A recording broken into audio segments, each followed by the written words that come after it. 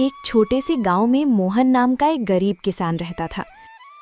वो दिन रात खेतों में मेहनत करता, लेकिन फिर भी मुश्किल से अपने घर का खर्च चला पाता था। सुबह होते ही वो हल लेकर खेत में लग जाता, पसीने और चिंता के साथ अपनी जिंदगी को जैसे तैसे आगे बढ़ाता रहता। मोहन की पत्नी सरला एक सीधी साधी और समझदार महिला थी, जो हर हाल में घर संभालती थी। उसकी 2 बेटियां थीं। बड़ी बेटी गीता, जो समझदार और अच्छे स्वभाव की थी, और छोटी बेटी नीलम, जो चंचल और चालाक थी, लेकिन अपनी बड़ी बहन से बहुत ईर्ष्या करती थी। दोपहर का समय था। रसोई में सरला चूल्हे के पास बैठी खाना बना रही थी। गीता उसके पास आकर चुपचाप सब्जी काटने लगी। गीता बेटा, तुम हर काम इतनी लगन से करती हो, सच में तुमसे घर संभल जाता है। माँ, ये तो मेरा फर्ज है, आप इतनी मेहनत करती है तो मैं कैसे पीछे रह सकती हूँ। तुम्हारी यही बात मुझे सबसे अच्छी लगती है, शांत स्वभाव और समझदारी। इतना कहते कहते अचानक सरला को ध्यान आता है। अरे, नीलम कहाँ है? सुबह से दिखी ही नहीं। नीलम, ओ नीलम! सरला जोर से आवाज लगाती है। कुछ पल सन्नाटा रहता है, फिर तेज कदमों की आवाज आती है।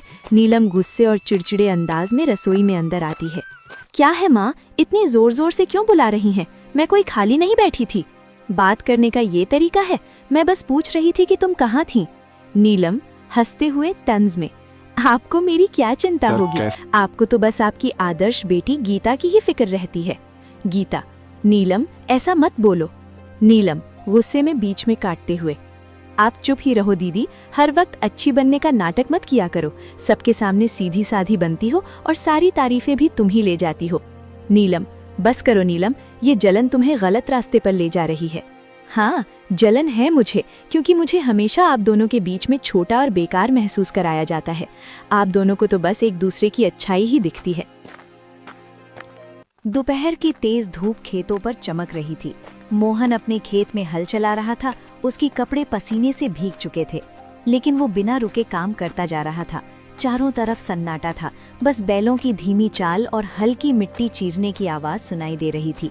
थोड़ी देर बाद मोहन रुका, अपने माथे का पसीना पोंछा और आसमान की ओर देखने लगा। हे भगवान, इस बार तो दया कर देना। हर साल की तरह इस बार भी अगर फसल खराब हो गई ना, तो घर चलाना मुश्किल हो जाएगा। बच्चों की जिम्मेदारी है, घर का खर्च है, कब तक यूं ही जैसे तैसे चलता रहेगा। वो गहरी सांस लेकर फिर आसमान की ओर देखता है। बस भगवान, इस बार कोई मुसीबत मत आने देना। बारिश समय पर हो जाए, फसल अच्छी हो जाए, ताकि मेरे बच्चों को थोड़ा अच्छा जीवन दे सकूं। इतना कहकर वो फिर से काम करने लगता है। तभी दूर से कोई आवाज लगाता है। अरे मोहन!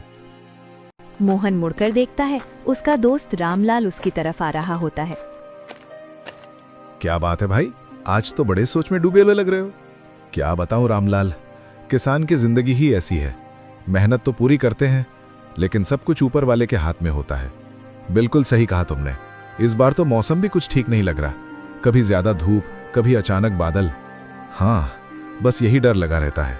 अगर समय पर बारिश नहीं हुई तो सारी मेहनत बेकार चली जाएगी।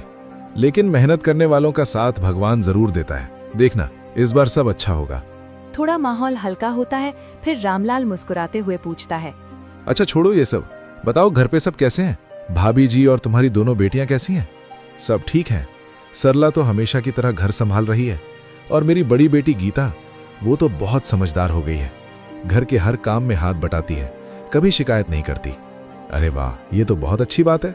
आजकल ऐसी लड़कियां कहाँ मिलती हैं। हाँ, लेकिन छोटी वाली नीलम, उसका स्वभाव थोड़ा अलग है।